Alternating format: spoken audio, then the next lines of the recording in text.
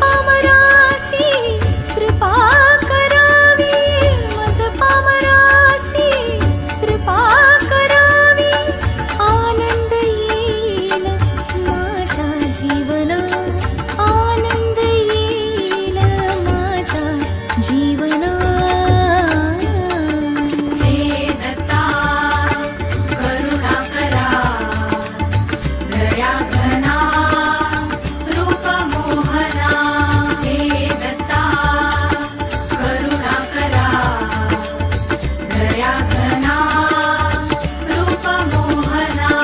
हे दत्ता करुणा करा.